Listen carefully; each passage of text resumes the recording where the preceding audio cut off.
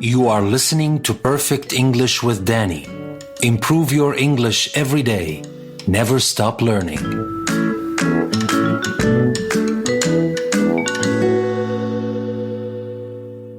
Welcome to a new week from Perfect English with Danny and a new theme we're going to talk about this week. This week we will focus on global problems. We will talk about natural disasters, the verbs we use with natural disasters, the people involved in disasters, and finally, the top 10 global problems. Before we start, let me remind you that in order to make things more understandable, we will translate the keywords into as many languages as possible in the show, and in the link you will find in the description of the episode, you can find the translations into 62 languages. There are also the interactive and downloadable activities at the end of the week. These are very useful to retain the new words you learn and add them to your active vocabulary bank. So, are you ready to start this week's journey with Ben and me? Let's get to it. Today we will talk about natural disasters. And when we say natural disasters, we mean a natural event which causes a lot of damage and kills a lot of people.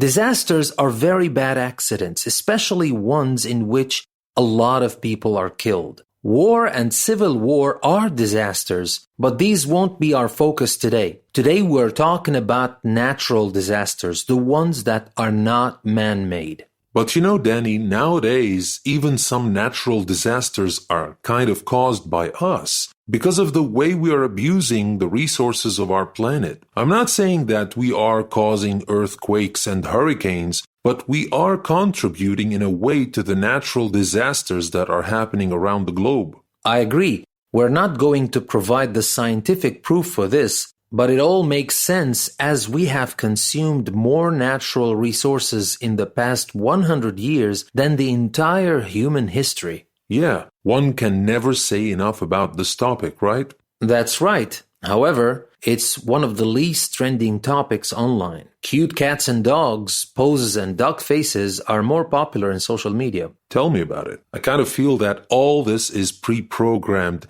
as if big corporations do not want us to think about these issues.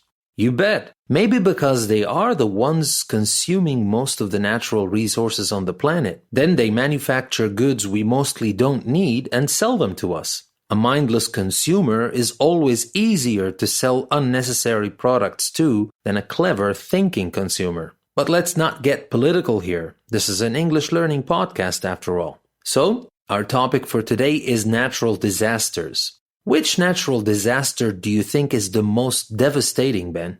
Well, it depends. An earthquake can be devastating if it happens in a highly populated area. But it might be less tragic if it happens somewhere in the middle of a desert, for example. I agree. All natural disasters vary in their tragic consequences depending on where they take place. Today, we will introduce our listeners to different types of natural disasters. So let's make this into a little game between you and me. I will describe a natural disaster to you, and you will have to name it. You can ask questions to get more details if you like. Deal? Sure thing. That sounds like fun.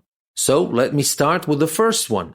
It is a situation in which large numbers of people have little or no food, and many of them die because of it. So let me get that straight. The reason why people are dying in this situation is the shortage of food. That's right. Do we find a lot of this happening in Africa? That's right, unfortunately. So we are talking about a famine here. Famine is the word, that's right. Famine, famine. You know, it hurts to see many people throw away food they barely touched when people in many parts of the world, especially in Africa, die because there is no food. People who have never been hungry don't know what hunger or famine means. They see it on TV as if it were coming from an alien planet. I agree, but even worse are those who know what it means, but they still don't care. Yeah, ain't that the goddamn truth? So, our first natural disaster for today is famine. Yes, and famine is famine in French, it's hambruna in Spanish, It is carestia in Italian. It is Hungersnot in German. It is penuria in Portuguese. And it is maja'a in Arabic. So, now let's move to our next natural disaster. This one is a large amount of earth and rocks falling down a cliff or the side of a mountain. This usually happens when there are not enough trees to hold the earth on the side of cliffs and mountains. So when a lot of rain comes, it sweeps the earth and rocks which are sitting loosely on the side of a mountain or a cliff. That's right. This one is a landslide. That's right. Landsslide. Landslide. This is a good example when humans can contribute to a natural disaster. When we cut down trees and leave nothing to hold the earth together, especially on the side of mountains and cliffs, we increase the danger of landslides. That's right. So a landslide is glissement de terrain in French. It is desprendimiento de tierras in Spanish. It is franamento in Italian. It is deslizamento de terra in Portuguese. It is Erdrutsch in German. And it is inhiyarun ardi in Arabic. That's great. Now for our third natural disaster for today. It's a long period of time during which no rain falls. And that causes the earth to become dry, and eventually that leads to crops failing because there is not enough water, right? That's right. We're talking about a drought here. Excellent. Drought. Drought. By the way, can we say there is a drought in the desert? Not really, because desert areas are always dry with very little water or rainfall. So it is not unusual or disastrous in the desert to have little rainfall. It is the norm there. We use drought when there is less rainfall than usual or when it lasts longer than usual, usually much longer than usual. So it turns into a disaster. I see. So let's see what drought means in other languages. It is sécheresse in French. It is sequía in Spanish. It is siccità in Italian. It is seca in Portuguese. It is Dürre in German. And it is jafaf in Arabic. That's great. So, let's see what our fourth natural disaster for today is. If there is this disaster of a particular disease somewhere, it affects a very large number of people there and spreads quickly to other areas. So technically we're talking about a disease or an illness, but it is not a regular thing like the common cold. We're talking about something more serious like Ebola, SARS, H1N1, and so on. And this disaster happens when these pathogens spread quickly among the population to a point when it becomes difficult to contain or control the spread, right? Absolutely. So we're talking about an epidemic. That's right. Epidemic.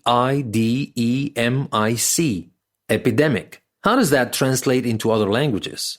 Well, epidemic is épidémie in French. It is epidemia in Spanish. It is epidemia in Italian.